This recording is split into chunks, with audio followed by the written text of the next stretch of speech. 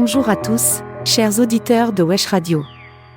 Aujourd'hui, nous sommes le 24 juin 2024, et notre message du jour est dédié à ces héros discrets qui veillent sur nos océans, les sauveteurs en mer.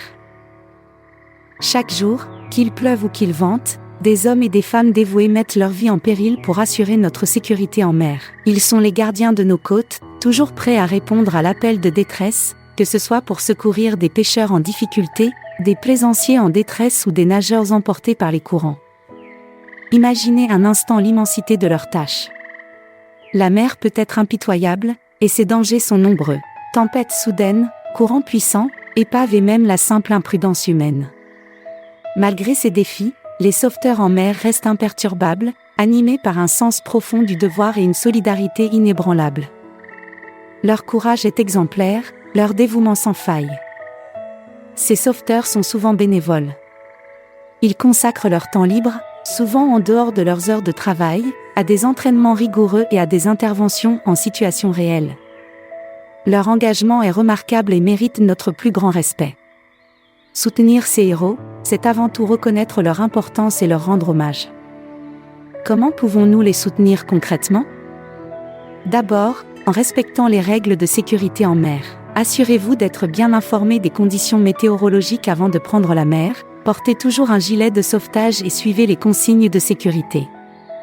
En étant prudents, nous diminuons les risques et leur facilitons la tâche. Ensuite, nous pouvons les soutenir financièrement. Les stations de sauvetage en mer ont souvent besoin de fonds pour entretenir leurs équipements, acheter de nouveaux matériels et assurer la formation continue de leurs équipes.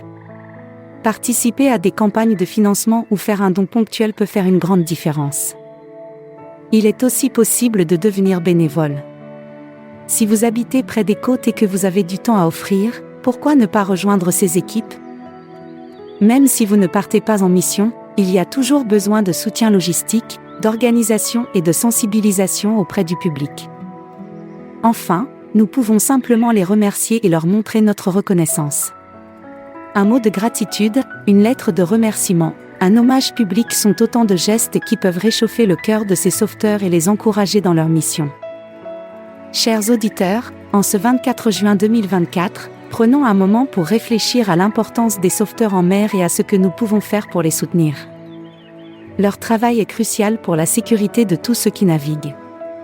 Grâce à eux, nous pouvons profiter de la mer en toute sérénité, sachant qu'en cas de besoin, des héros sont prêts à intervenir. Alors, aujourd'hui et tous les jours, pensons à ces femmes et ces hommes d'exception. Faisons preuve de prudence en mer, soutenons-les financièrement et moralement, et remercions-les pour leur dévouement. Ensemble, nous pouvons faire en sorte que leur mission soit un peu plus facile, et que leur engagement soit reconnu à sa juste valeur. Merci à tous les sauveteurs en mer pour votre courage et votre altruisme. Vous êtes les véritables gardiens de nos océans, et nous vous en sommes infiniment reconnaissants. À demain pour un autre message positif.